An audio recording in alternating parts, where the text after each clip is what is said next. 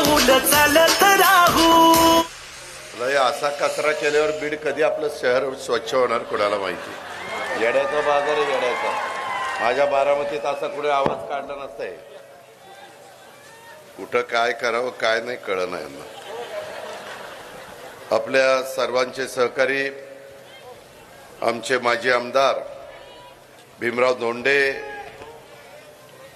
आमच्या शिवसंग्रामच्या प्रमुख श्रीमती ज्योतिताई मेटे, शिवसेनेचे जिल्हा प्रमुख अनिल जगताप, विधिमंडळातील माझे सहकारी विजयसिंह पंडित गेवराईचे आमदार, तसंच संजयजी दौंड माजी आमदार, सुनील मगरेजी, कल्याण आखाडेजी, राजेश्वर चव्हाणजी, शेख निजामजी, बैराम गवतेजी, प्रज्ञाताई खोसरेजी, अमर नाईकवाडेजी, दिलीप गोरेजी, नगराध्यक्षाचे उमेदवार प्रेमलताताई पारवेजी, अशोक हिंगेजी, हरुणभाई इनामदार, सर्वच राजकीय पक्षाचे उपस्थित असणारे सर्व सन्माननीय आजी माजी पदाधिकारी, तसंच हे जे काही राष्ट्रवादी काँग्रेस पार्टी तसंच शिवसंग्राम शिवसेना या सर्वांनी मिळून उभे केलेलं उद्याच्या बीड नगरपालिका 5 वर्षाच्या करता कोणाच्या हातामध्ये द्यायची याबद्दल उभे केलेले सर्व माझे 52च्या 52 दोन्ही बाजूला बसलेले माझे उमेदवार, तसंच प्रतिष्ठित नागरिक, पत्रकार मित्र, बंधू भगिनींनो, माझ्या तरुण मित्रांनो, थोडा उशीर झाला त्याबद्दल सुरुवातीलाच मी दिलगिरी व्यक्त करतो. परंतु मी महाराष्ट्रामध्ये फिरतोय, सगळ्यांना सांगतोय की बाबांनो, 2022ला निवडणुका व्हायला पाहिजे होत्या, 2017ला झालेल्या होत्या, पण कोरोनामुळं, त्याच्यानंतर आरक्षणामुळं, त्याच्यानंतर हायकोर्टात मॅटर गेल्या, नंतर सुप्रीम कोर्टात गेल्या, त्यामुळं 4 वर्ष निवडणुका झाल्या नाही. साहजिकच प्रशासकाच्या हातामध्ये सूत्र गेली. काही ठिकाणी प्रशासकांनी चांगलं काम केलं, काही बाबतीमध्ये प्रशासकाला एवढा मोठा त्या नगरपालिकेचा आवाका, महानगरपालिकेचा आवाका, नगरपंचायतीचा आवाका झेपला नाही. त्याच्यामुळे काही शहरामध्ये बकालपणा आला आणि लोकांनी निवडून गेलेले प्रतिनिधी गेल्यानंतर ज्या पद्धतीनं लोकांच्या प्रश्नाची जाण असणारे माझे नगरसेवक, नगरसेविका किंवा नगराध्यक्ष तिथं जातात, त्यावेळेस लोकांचे प्रश्न सुटण्याच्या करता मदत होते. मी सगळीकडे फिरतोय. आज बीडमध्ये जरा सुरुवातीलाच आलोय, समारोपाच्याही सभेच्या निमित्तानं येणार आहे. त्याचं कारण मला या बीडचं पालकमंत्रीपद दिलेलं आहे. महायुतीचं सरकार राज्यामध्ये, केंद्राच्या निवडणुकीमध्ये देशाचे पंतप्रधान नरेंद्र मोदी साहेबांच्या हातात देशाची सूत्र दिली गेली, राज्याची सूत्र आमच्या तिघांच्या हातामध्ये दिली गेली. परंतु आता स्थानिक स्वराज्य संस्थांच्या निवडणुका आहेत.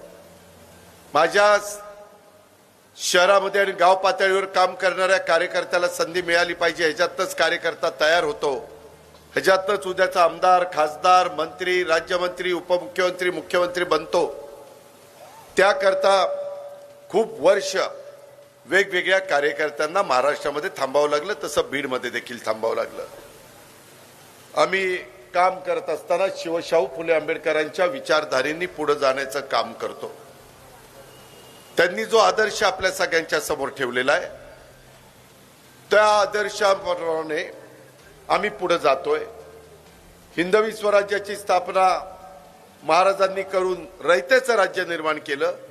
त्यावेळेस 18 पगड जाती, 12 बलुतेदारांना बरोबर घेऊन महाराजांनी राज्य स्थापन केलं.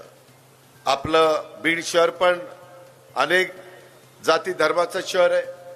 इथं माझे मुस्लिम बांधव आहेत, इथं माझे मागासवर्गीय बांधव आहेत, इथं माझे ओबीसी समाज मोठ्या प्रमाणावर आहे, इथं सर्वसाधारण समाज आहे, भटका समाज आहे. अनेक जाती धर्माचे लोक वर्षानुवर्ष इथं राहतात. परंतु मित्रांनो, ज्या प्रकारे बीड शहराचा जिल्ह्याचं ठिकाण आहे, बीड शहर जिल्ह्याचं ठिकाण असताना अनेक वर्ष एका घराण्याची मक्तेदारी इथं होती आणि त्यांच्यापैकीच कुणी ना कुणी नगराध्यक्ष व्हायचं किंवा ते सांगतील तो नगराध्यक्ष व्हायचा. ठीक आहे, असं अनेक शहरात होतं. बारामतीमध्ये देखील गेले अनेक वर्ष मी म्हणेल तो नगराध्यक्ष होतो. मध्ये मी 8 या निवडणुकीमध्ये बिनविरोध जागा आमच्या नगर सेवकाच्या निवडून आलेल्या. वातावरण चांगलं आहे, पण कशामुळे आहे? कारण बारामती तालुक्याचा, बारामती शहराचा विकास आम्ही केलेला आहे. तिथले प्रश्न सोडवलेले आहेत. तिथल्या व्यापाऱ्यांना फोन करून विचारा तिथं सुविधा कशा आहेत, तिथं वागणूक कशी मिळते, तिथं गुंडगिरी चालते का, तिथं दहशत कुणाची खपवून घेतली जाते का, तिथं वेडेवाकडे प्रकार खपवून घेतले जातात का, तिथली कायदा सुव्यवस्था कशी आहे, तिथं पाणी रोजच्या रोज मिळतं की नाही, तिथं अंडरग्राऊंड ड्रेनेज झालं की नाही, तिथं उद्यानं केलीत की नाही, तिथं क्रीडांगणं केलीत की नाही, तिथं नाना पार्क केलं की नाही, मुलांना खेळायला वेगवेगळ्या प्रकारची खेळणी बसवलीत का, लोकांना सकाळी चालायला चांगल्या प्रकारच्या सुविधा दिल्यात का, ह्या सगळ्या गोष्टी आम्ही तिथं केलेल्या आहेत. परंतु मी ज्यावेळेस या जिल्ह्याचा पालकमंत्री झालो त्यावेळेस आल्यानंतर मी बघितलं, अरे अरे रे, काय खड्डे, काय रस्ते, काय अवस्था. तुम्ही असल्या लोकांच्या हातात कशी सूत्र देता, चांगल्यांच्या हातात का देत नाही? तुमच्या इथं मी सहज कार्यकर्त्यांना विचारलं, काही चांगल्या प्रकारचं उद्यान केलंय का? ते म्हणले आमच्या नदीमध्ये चमन केलंय, चमन, आणि तिथं गांजा उडत बसतात म्हणले. काय कपाळ जे आयला यांच्या, ही अवस्था. अरे माझ्या इथं नदी येऊन बघा, करा नदी. आचार्य अत्रेंनी करेच्या काठावर जे पुस्तक लिहिलंय ते वाचा, ते करा नदी बघा, तिथली स्वच्छता बघा, तिथली झाडं बघा. इथं अजून अंडरग्राऊंड ड्रेनेज आहे जिल्ह्याचं ठिकाण. इथं लाईटच्या तारा वरनं माझ्या इथनं जमिनीतनं अंडरग्राऊंड केबल टाकल्यात, जाऊन बघा. मी खोटं नाही सांगत. अरे बीडकरांनो, आता तुम्हाला राग येऊ द्यात. मी आता चांगल्या पद्धतीनं तुम्हाला श्रीमती पारवे प्रेमलता दादासाहेब ह्या सेवानिवृत्त नायब तहसीलदार आहेत. त्यांनी नायब तहसीलदार म्हणून काम केलंय. प्रशासन कसं चालवायचं त्यांना माहिती आहे. ती आपली लाडकी बहीण आहे. बाकीच्या लाडक्या बहिणी इथं बसल्यात, काही माझी पुरुष मंडळी इथं बसली, तिथे लाडक्या माझ्या बहिणी आहेत. हे बांधव तुमचा कारभार चांगला करतील. 53 लोक आहेत. उद्याच्याला काम नाही चांगलं केलं तर महिन्याला मी आढावा बैठक घेईल. कोण चुकत असेल तर त्याला समजावून सांगेल की बाबा का चुकतोय, तुझ्यावर जबाबदारी आहे त्या प्रभागाची, त्या वॉर्डाची. स्वच्छता झाली पाहिजे, रोजच्या रोज शहर झाडलं पाहिजे.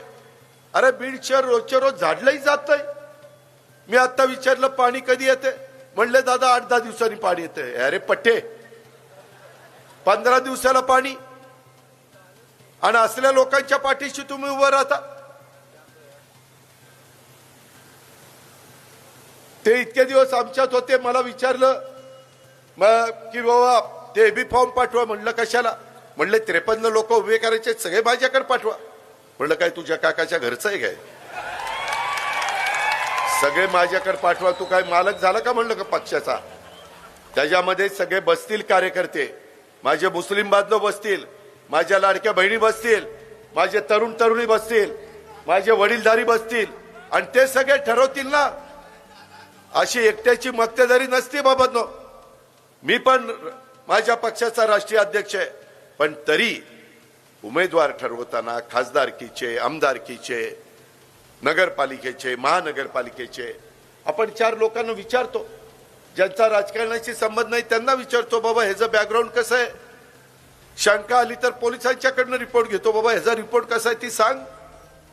नाहीतर लोक म्हणायचे काय तोंड वर करून बोलतोय आणि कसले दिलेत उमेदवार. लोकांनी पण त्या उमेदवारांच्या बद्दल एक चांगल्या प्रकारची भावना त्यांच्या मनामध्ये निर्माण व्हायला पाहिजे.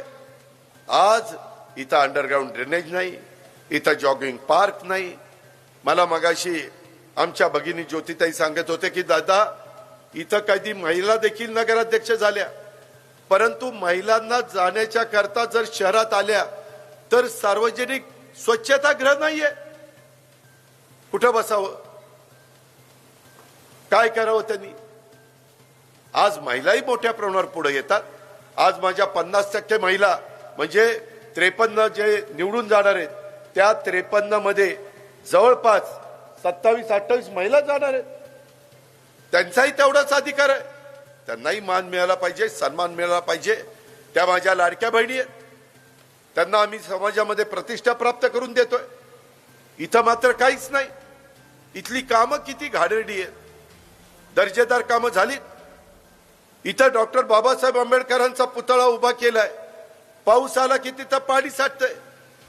हे असले तुम्ही युगपुरुष छत्रपती शिवाजी महाराज, घटनेचे शिल्पकार डॉक्टर बाबासाहेब आंबेडकर, महात्मा ज्योतिराव फुले, मौलाना आझाद, हे महान विभूते जे होऊन गेले, त्यांचा आदर्श डोळ्यासमोर ठेवणार की नाही? अण्णाभाऊ साठेंचा आदर्श डोळ्यासमोर ठेवणार की नाही? राजमाता जिजाऊ आहेत, पुण्यश्लोक अहिल्यादेवी होळकर आहेत, क्रांतीज्योती सावित्रीबाई फुले आहेत, रमाई माता आहेत. यांचा आदर्श ठेवा ना. परंतु काही असलं इथं चालत नाही. इथं मात्र वेगळंच राजकारण, सगळं भ्रष्टाचारांनी पोखरलेलं आहे. जाऊ तिथं खाऊ, ही इथला धंदा. कसा रस्ता तुमचा चांगला होणार रे बाबांनो? कसं तुमच्या डिवायडर मध्ये झाडं लागणार?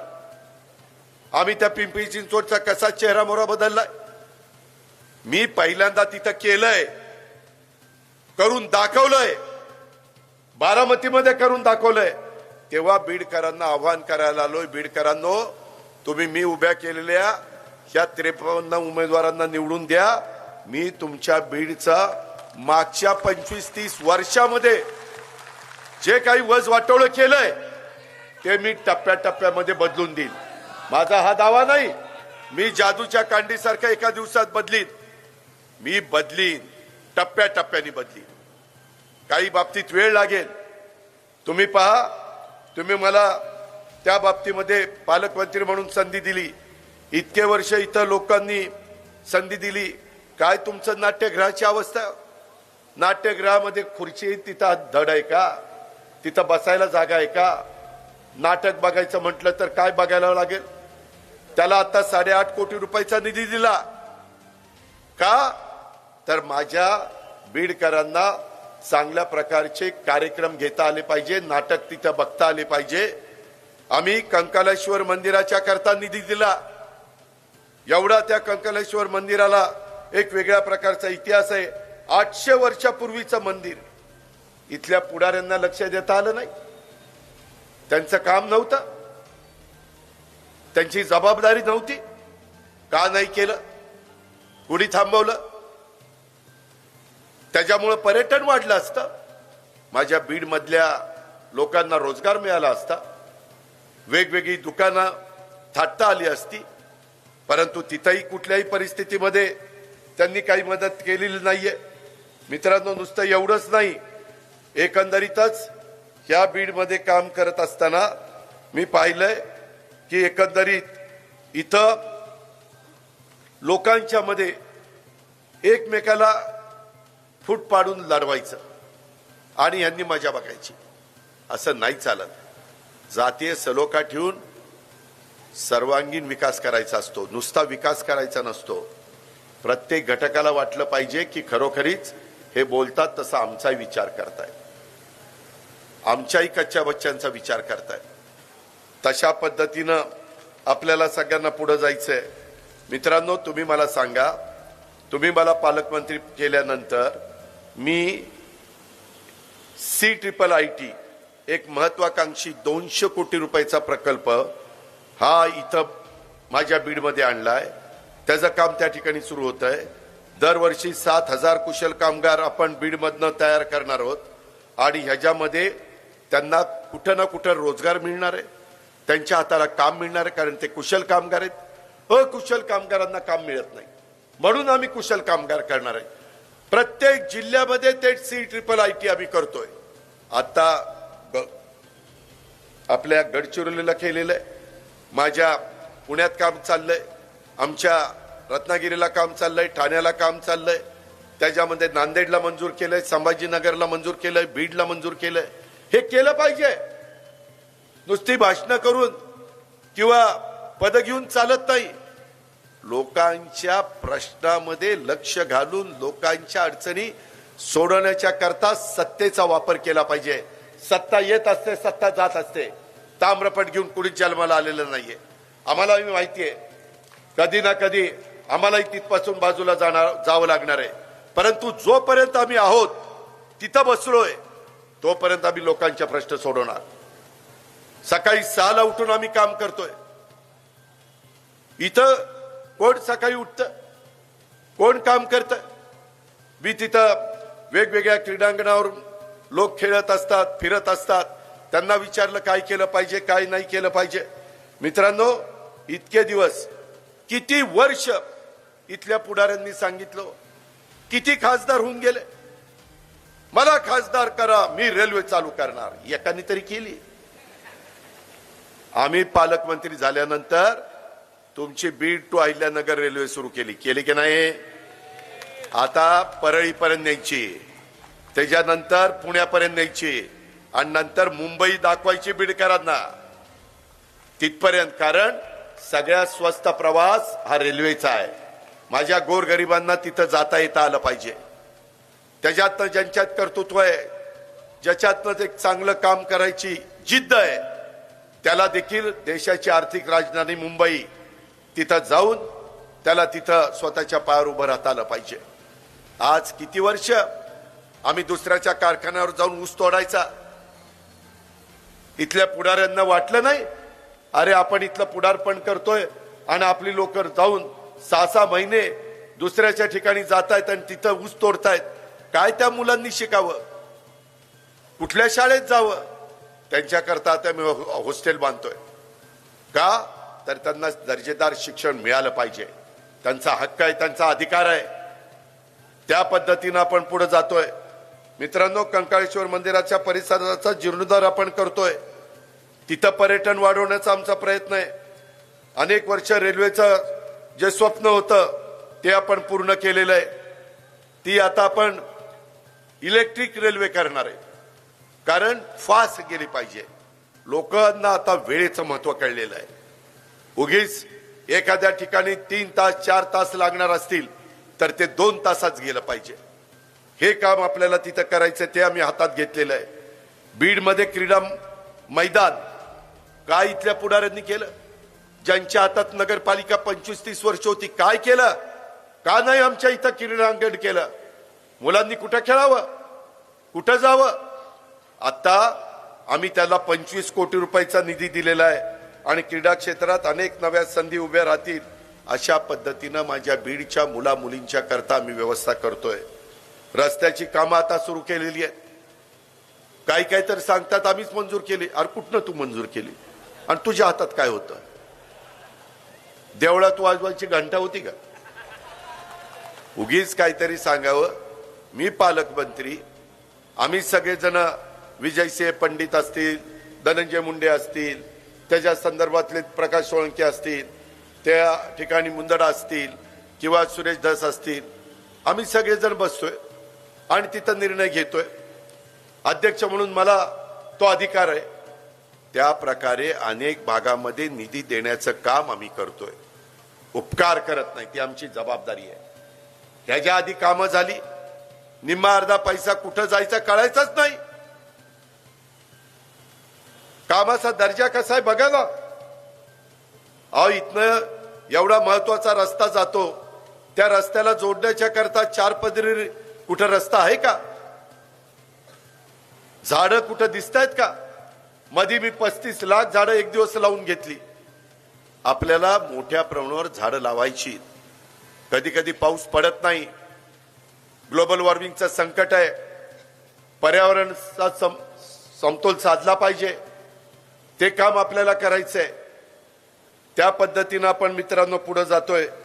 ही पण गोष्ट तुम्ही सगळ्यांनी या निमित्तानं ध्यानामध्ये घेतली पाहिजे. आणि आम्हाला आमच्या विचाराच्या लोकांना तुम्ही निवडून दिलं. मला तुम्हाला सगळ्यांना सांगायचंय, आम्ही टप्प्याटप्प्याने इथलं अंडरग्राऊंड ड्रेनेज करू. अंडरग्राऊंड ड्रेनेज केल्याशिवाय डासांचा त्रास कमी होणार नाही, डासांचा प्रादुर्भाव कमी होणार नाही. स्वच्छता ठेवावी लागेल. त्याच्याकरता आपल्याला चांगल्या प्रकारे घंटा गाड्या घ्याव्या लागतील.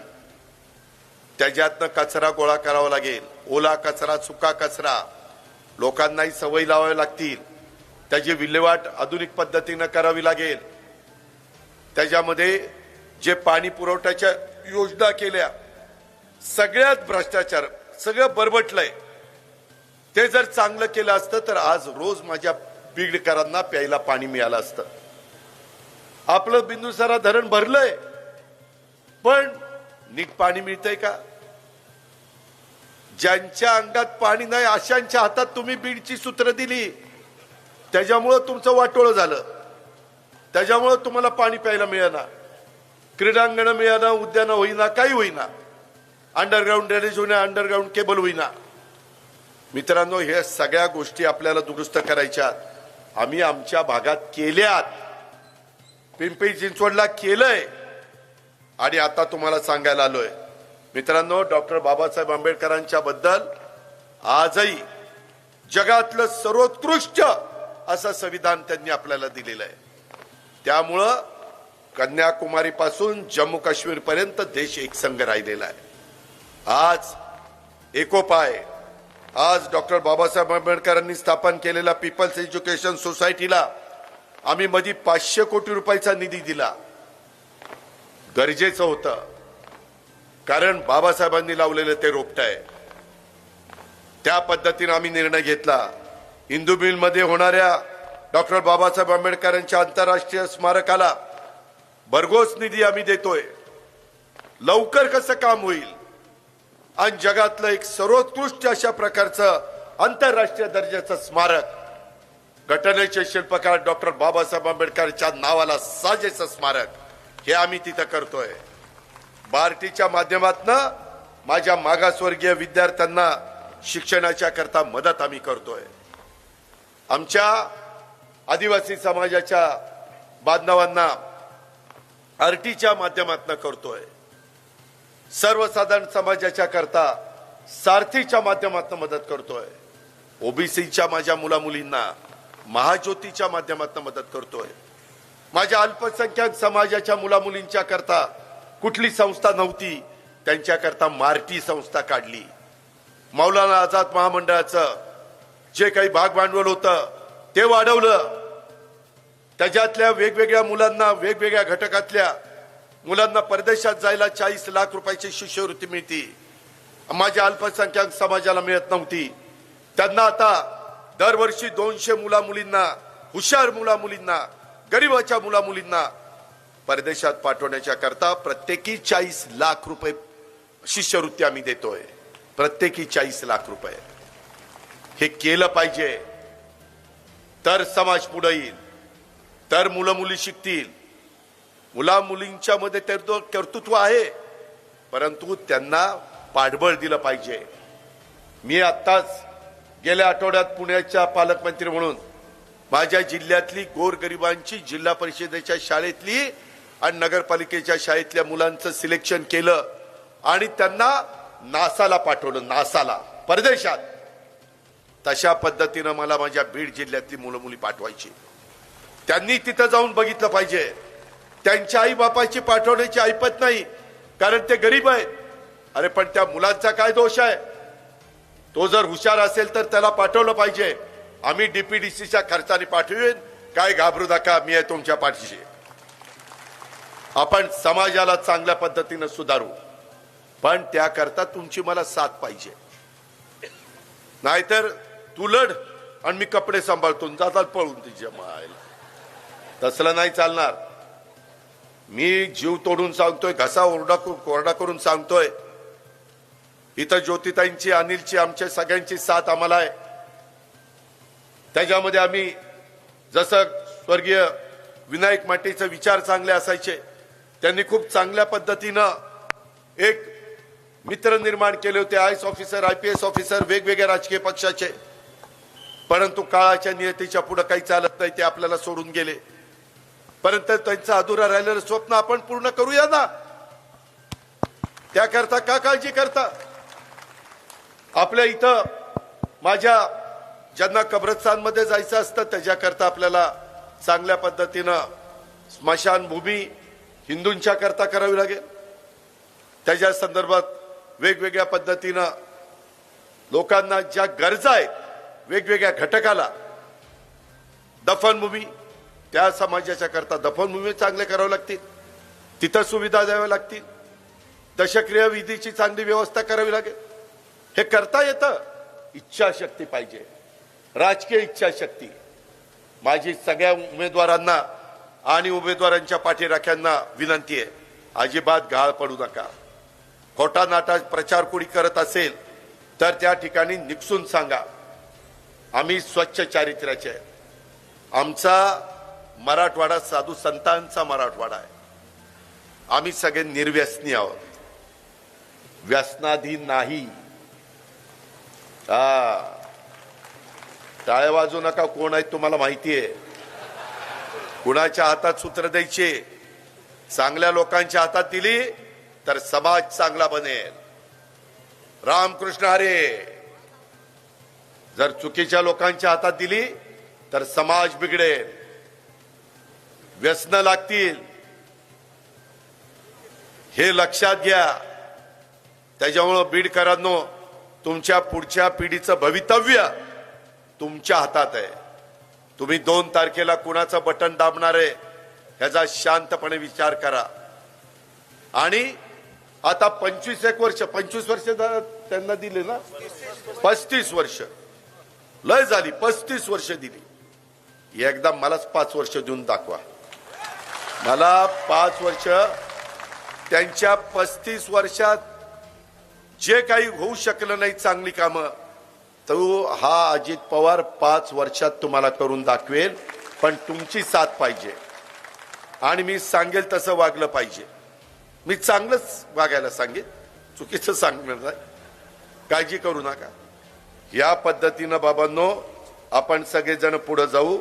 ह्या निवडणुकीच्या निमित्तानं वेगवेगळ्या काही लोकांनी काही पण मागण्या केल्या. अशा कसल्याही मागण्या, रास्त मागण्या असतील, आम्ही तुमच्या पाठीशी आहे. योग्य सांगाल, आम्ही त्याच्याकरता जीवाचं रान करू, संपूर्ण ताकद तुमच्या पाठीशी उभी करू.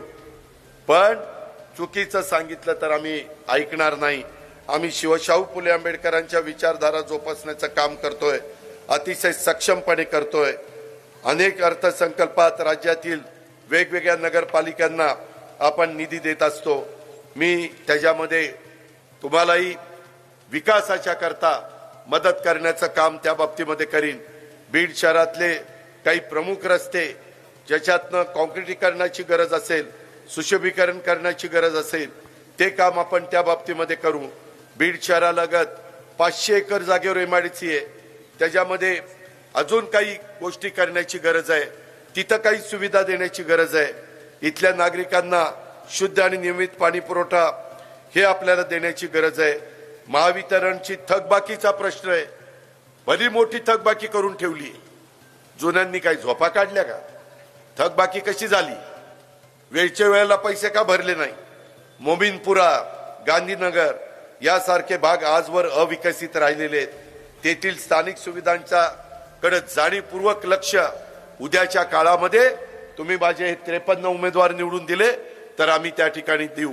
त्याबद्दल आपण काळजी करू नका.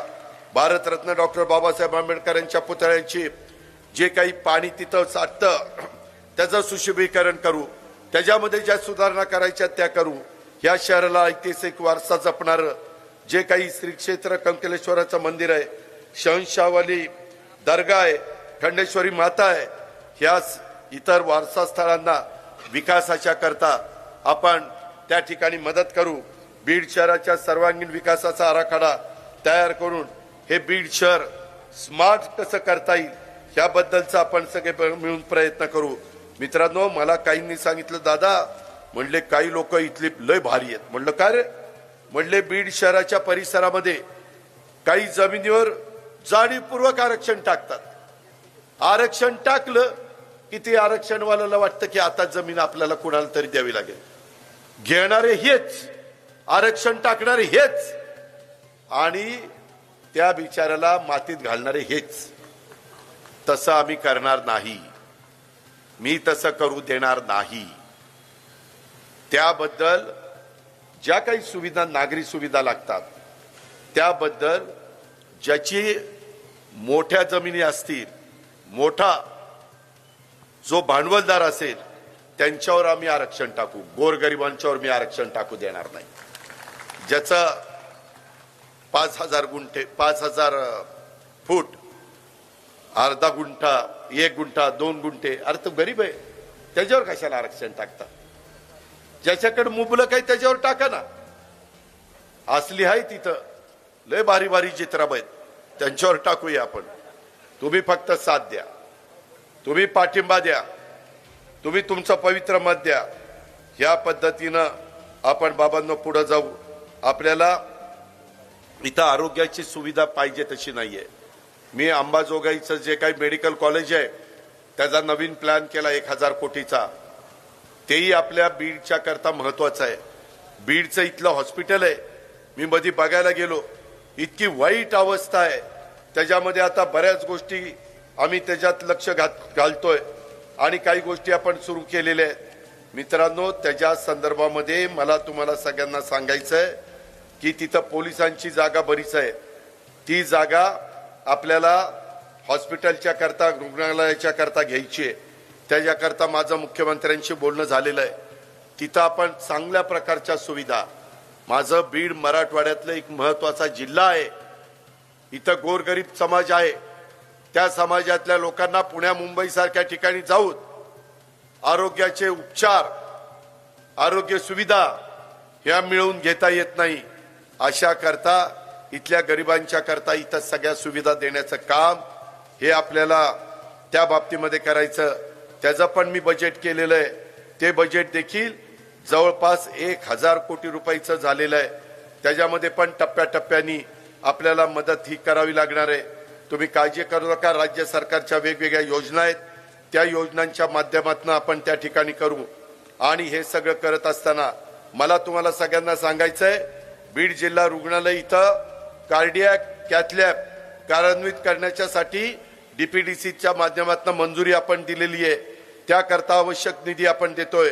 माझ्या बीड जिल्ह्यातल्या नागरिकांना पुणे मुंबई सारख्या महानगरासारख्या सुविधा स्थानिक पातळीवर उपलब्ध करून देण्याच्या करता हे काम आपण करतोय. बीड जिल्ह्यातल्या माता आणि बाल संगोपन रुग्णालयामध्ये मॉड्युलर ओटी, मॉड्युलर लेबर रूम, जिल्हा रुग्णालय बीड यासाठी देखील आपण मदत करतोय. बीड शहरातून वाहणारी बिंदुसरा नदी बऱ्याच वर्षापासून स्वच्छता न झाल्यामुळं तिथं झाडं झुडपं होती, गाळ जमा झालेला होता. त्या नदीच्या प्रवाहात अडथळा निर्माण झालेला होता. बीड शहरातील 6 किलोमीटर लांबीचं नदी पात्र स्वच्छ केलं. 1400 टन गाळ काढला, कचरा काढला.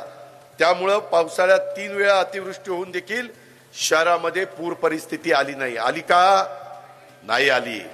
1400 टन 35 वर्ष काही झोपा काढल्या? काय केलं काम? ही असली लोकांना तुम्ही निवडून देण्याचं काम केलेलं आहे. मित्रांनो, ह्याच्यामध्ये आता आपल्याला सगळ्या गोष्टी करायच्यात. तुम्ही फक्त मला साथ द्या. तुम्ही मी चांगलं सांगेल ते चांगलं ऐका, चुकीचं सांगितलं तर मला तोंडावर सांगा, हे तू चुकीचं सांगतो, ऐकणार नाही, आपली माघार. पण चांगलं सांगितलं तर ऐकावं लागेल. हे मात्र आपण सगळ्यांनी लक्षात घ्या. अल्पसंख्याक समाजाच्या करता देखील अनेक योजना आम्ही त्या ठिकाणी आणण्याचं काम केलेलं आहे. मित्रांनो, आपल्याला सर्व घटकांना, सर्व जाती, धर्म, प्रांत, पंथ सगळ्यांना बरोबर घेऊन जायचं आहे. पूरग्रस्त शेतकऱ्यांना आम्ही पहिल्या टप्प्यामध्ये 33 साधारण मदत ही 33,000 कोटी रुपये केली. नंतर पुन्हा पाऊस पडला, पुन्हा 11,000 कोटी, असे 44,000 कोटी रुपयाची मदत माझ्या लाखांचा पोशिंदा याला पुन्हा उभं करण्याच्या करता आपण त्या ठिकाणी करतोय. बीडकरांनो, आता आपल्याला उद्याच्याला कृत्रिम बुद्धिमत्ता ही कृषी क्षेत्रामध्ये आणावी लागेल. अत्याधुनिक तंत्रज्ञानाचा वापर आपल्याला करावा लागेल. आता वेगवेगळ्या क्षेत्रामध्ये AI म्हणजे आर्टिफिशियल इंटेलिजन्स ह्याचा वापर हा करावा लागतोय. जगाने ते मान्य केलंय, महाराष्ट्र सरकारने मान्य केलंय. आपल्याला आपल्या मुलांना पण ते शिकवावं लागेल. जसं संगणक आपण शिकवला, इन्फॉर्मेशन टेक्नॉलॉजी, बायोटेक्नॉलॉजी आपण शिकवली, तसं कृत्रिम बुद्धिमत्ता देखील आपल्याला त्या बाबतीमध्ये शिकवावं लागेल.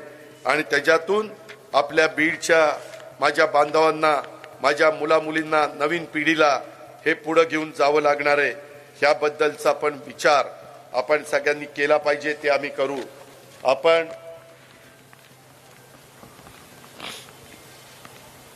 का मी आता मी कुठं गेलो, माझे मुस्लिम बांधव भेटले तर मी त्यांना सलाम वालेकुम म्हणतो, किंवा शेवट आपण खुदा हाफिज म्हणतो.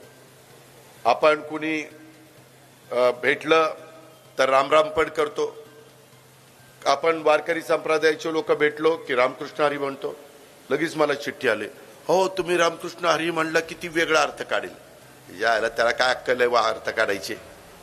मी चांगल्या भावनेने मी माऊली आणि तुकाराम महाराज ह्यांच्या भागात नाही घेतोय, देवआळंदी. आपण बा पांडुरंग आपला विठ्ठल त्या ठिकाणी पंढरपूरला आहे. त्याच्यावर वेगळा अर्थ काढू नका रे. तुमच्या मनात शंका आहे, तुम्ही तुमचं मन स्वच्छ ठेवा. तुम्ही चुकीचा विचार देखील मनात आणू नका. तर समाज चांगला बनेल, तर समाज पुढे जाईल.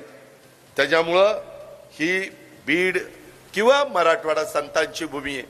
आणि संतांच्या भूमीमध्ये आल्यानंतर वारकरी संप्रदाय मोठा आहे, त्याच्याकरता मी म्हटलं त्याच्यातनं वेगळा अर्थ कृपा करून माझ्या लाडक्या बहिणींनी पण काढू नये. काही काही लोक तर आता मला सांगतात, तुम्ही महाराष्ट्रात फिरत असताना, हो काही जण म्हणतात, हो का तुम्ही आम्हाला निवडून द्या, नाही निवडून दिलं तर आम्ही लाडकी बहीण योजना बंद करू. कुणीही बंद करत नाही. मी तुम्हाला सांगतो, आपण ती योजना चालू केली, अर्थसंकल्पात जाहीर केली.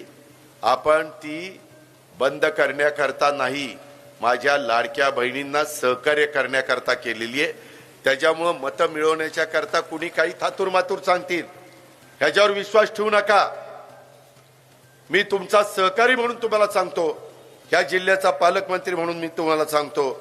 मित्रांनो, आपल्याला इथं दर्जेदार स्टेडियमचं काम करायचंय. शहरात घंटागाड्या आपल्याला आणायच्यात. वेळच्या वेळेला पाणी आपल्या शहराला द्यायचंय. भुयारी गटार योजना आपल्याला राबवायची. रस्त्यांची कामं दर्जेदार करायची. जिथं जागा मिळेल तिथं वृक्ष लागवड आपल्याला करायची. मुलांच्या करता उद्यानं उभी करायची. वयस्कर लोकांच्या करता नाना नानी पार्क. तुम्ही म्हणाल दादा एवढं तुम्ही कराल का? काही बाबतीमध्ये CSR मधनं देखील मी फंड आणीन ना. मोठ्या मोठ्या उद्योगपतींचा CSR असतो, तोही आपण आणू शकतो. ते आम्हाला शक्य आहे. तुमच्यामुळे आमच्या ओळखी वाढलेल्या. परवा मी बिहारला पाटण्याला गेलो होतो, शपथविधी नितीश कुमार साहेबांचा. सगळ्या देशातले अनेक मुख्यमंत्री, उपमुख्यमंत्री आम्ही सगळे जमलो होतो. एकमेकाच्या ओळखी होता. त्याचा फायदा आपल्या बीडकरांना करून द्यायचा आहे. मित्रांनो, सुभाष रोडवर असलेले विजेचे खांब तेथील दुकानाची शोभा घालवत आहेत. त्याच्यामध्ये काही ठिकाणी रस्ते कॉन्क्रीट केलेत किंवा डांबरी केलेत आणि ते लाईटचा खांब मधीच आहे. ती कधी काढायचा? ती काढायला नको. काढायला डोकं लागतं. आता काहींना डोकीच नाही तर काय करू, अक्कलच नाही. त्याच्यामध्ये आपल्याला हे सगळं करायचं आहे. सुभाष रोडवर पार्किंगच्या अडचणीमुळे तिथे ट्रॅफिक निर्माण होतं, ते होऊ नये त्याच्याकरता जनावरांच्या दवाखान्याच्या इथं काही वेगळी पार्किंगची व्यवस्था करता येईल का? नवीन ज्या गोष्टी आता वेगवेगळ्या चांगल्या शहरामध्ये राबवल्या जातात, त्या कुठल्या गोष्टी माझ्या बीड शहरामध्ये राबवल्यानंतर माझ्या बीडकरांचा फायदा होणार आहे ते आपण करूया. स्टेडियम ते भाजी मंडईपर्यंत सुभाष रोडला जोडणारा रस्ता 30 वर्षापासून प्रलंबित आहे, तो आपल्याला करायचा आहे. 30 वर्षे रस्ते प्रलंबित राहतात. ह्या गोष्टी मित्रांनो आपल्याला सगळ्यांना करायच्या. म्हणून बीडकरांनो, आता काहींनी उमेदवारी देत असताना काहींना थांबावं लागलं, लगेच काही आमच्यावर नाराज झाले, लगेच निघून गेले, लगेच आम्हाला नाही मतदान करायचं असं नाहीये. शेवटी जनता जनार्दन सर्वस्व आहे. तुम्ही तुमचे मालक आहात. त्याच्यामुळं बीडकरांनो, ही एक चांगली संधी तुम्हाला चालून आलेली आहे. 35 वर्ष तुम्ही त्यांना संधी दिली. 5च वर्ष मला द्या, 5च वर्ष. मी 5 वर्षामध्ये आता द्यायचे का नाही ते तुमच्या हातात आहे, बीडकरांच्या हातात आहे. तुम्ही जर दिलं तर तुम्ही पण म्हणाल हा बोलला तसा वागला, आणि खरोखरीच मागच्या 35 वर्षाच्या कारकिर्दीमध्ये जे बीडकरांना मिळायला पाहिजे होतं ते दिलं गेलं नाही, ते उद्याच्या 5 वर्षामध्ये देण्याच्या करता हा अजित पवार जीवाचं रान करेल. आणि या 53 उमेदवारांना बरोबर घेऊन मी तुम्हाला ह्या सगळ्या कामामध्ये, विकासाच्या कामामध्ये मदत करीन, अशा प्रकारचा शब्द ह्या जाहीर सभेच्या निमित्तानं मी आपल्या सगळ्यांना देतो. आणि अल्पसंख्याक समाजाच्या करता देखील बऱ्याच गोष्टी मी केलेल्या आहेत, परंतु त्या बाकीच्या गोष्टी केलेल्या पुढच्या वेळेस मी सांगतो. बीड शहरामध्ये हे IIITचं सेंटरची उभारणी, बीड शहराच्या ऐतिहासिक कंकालेश्वर मंदिराचे सुशोभीकरण, बीड शहराच्या साठी रसिकांच्या करता यशवंतराव चव्हाण नाट्यगृहाची दुरुस्ती, मगाशी ज्योतिताईंनी उल्लेख केला, सहकार भवनचे चांगले प्लॅन तयार केलेला आहे, त्याचं काम आता सुरू करायचंय. शहराच्या अंतर्गत रस्त्याचं काम सुरू करायचंय. बीड शहराला अद्यावत अशा प्रकारचं क्रीडा संकुल आपल्याला द्यायचंय. ह्या सगळ्या गोष्टी आपल्याला करायच्यात. त्याच्याकरता आपल्याला एकमेकाला मदत करल्याशिवाय गत्यंतर नाही. आणि म्हणून बीड नगर परिषद सार्वत्रिक निवडणुकीमध्ये राष्ट्रवादी काँग्रेस पक्ष, शिवसेना शिंदे गट आणि शिवसंग्राम ह्या सगळ्या मित्र पक्षांच्या नगराध्यक्षपदाचे अधिकृत उमेदवार श्रीमती प्रेमलताताई दादासाहेब पारवे यांच्याच घड्याळाच्या चित्राच्या शेजारचं बटन दाबण्याचं काम तुम्ही करा. आणि त्याच्यामध्ये त्या 52 लोकांच्या खुणा काय आहेत? बरोबर ना? आता ह्या 52 उमेदवार जे आहेत त्यांच्या खुणा घड्याळ आणि काही ठिकाणी आमच्या शिवसेनेचं धनुष्यबाण ह्या आपल्या खुणा आहेत. तेवढ्या लक्षात ठेवा. हे सगळे उमेदवार माझ्या मार्गदर्शनाखाली, नेतृत्वाखाली, ज्योतिताईंच्या, अनिलच्या, माझ्या राष्ट्रवादीच्या जीवाभावाच्या सहकाऱ्यांच्या मदतीनं निश्चितपणे बीड शहराचा चेहरा मोहरा बदलण्याचं काम आम्ही करू, हा शब्द मी तुम्हाला देतो. आणि या ठिकाणी थांबतो. जय हिंद, जय महाराष्ट्र, जय भीम, खुदा हाफिज.